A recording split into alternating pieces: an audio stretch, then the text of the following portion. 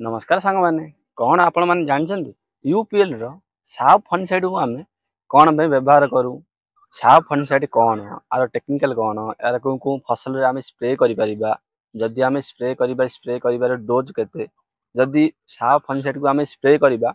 ताले केउ को रोग कंट्रोल होता है ता सहित आम जानवा जदि आम मंजी विशोधन करवा साफ फंगिसाइड रे केते किलोग्राम मंजी रे केते ग्राम फंगिसाइड को मिसई आम मंजी विशोधन करवा लास्ट आम कथा ड्रिंचिंग आम साफ फंगिसाइड को गोटे एकर में केते केजी कर चलते संपूर्ण विवरणी वीडियो को प्रथम शेष पर्यंत देखुता जदि एग्रीकल्चर ओडिशा को सब्सक्राइब करी नाहांती ताहाले सब्सक्राइब करी पाखे थिया बेल आइकन को प्रेस करंतु एमितिका नुआ नुआ लेटेस्ट वीडियो प्रथम देखिया चलते देरी न करी जिबा आम टॉपिक यूपीएल कंपनी रो साफ फंगिसाइड ना रे आसु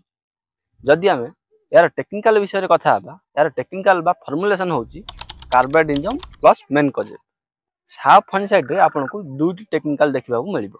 कार्बाइडिजम 12% मेनकोजेब 63% डब्ल्यूपी फॉर्मुलेशन आसु डब्ल्यूपी माने होची वेटेबल पाउडर साफ fungicide contact plus systemic fungicide काम कर माने अंतरप्रवाही काम करिଥାଏ एवं कांटेक्ट रे जे कोनसी संपर्क रे आसीबो पूरा पूरी फंगस को मारि थाए साफ फंगिसाइड को आमे केउ को फसल रे स्प्रे करि परिबा जेमिति कि सब प्रकार फसल रे आमे स्प्रे करि परिबा जेमिति कि पनीपरिबा टू आरंभ करिक शस्य जातीय फसल पर्यंत सब प्रकार फसल रे आमे स्प्रे करि परिबा जदि आमे साफ फंगिसाइड रो डिसीज कंट्रोल विषय कथा हबा मुख्यतः साफ फंगिसाइड केउ को रोग को कंट्रोल करिଥାଏ मुख्यतः fruit rot anthracnose leaf spot powdery mildew downy mildew blast collar rot dry rot root rot olive light led blight grey rot red rust blast को पूरा पूरी कंट्रोल करिଥାଏ जदि आम साफ फंगिसाइड रो स्प्रे करिबार डोज विषय कथा हबा गोटे लिटर पानी रे 2 ग्राम मिसे आपण स्प्रे करि परिबे 15 लिटर टांकी रे 30 ग्राम मिसे आपण साफ फंगिसाइड को स्प्रे करि परिबे जदि आम साफ फंगिसाइड को मंजी विशोधन करिबा ताले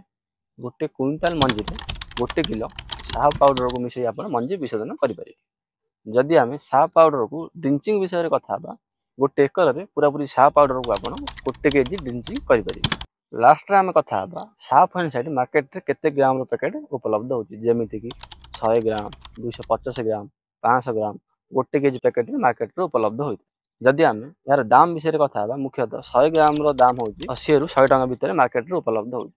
आपनक एरिया अनुसार कम अधिक होई पारे आज आम वीडियो माध्यम रे पूरा पूरी डिटेल्स रे कथा हले साफ फंगिसाइड विषय टेक्निकल धरि कि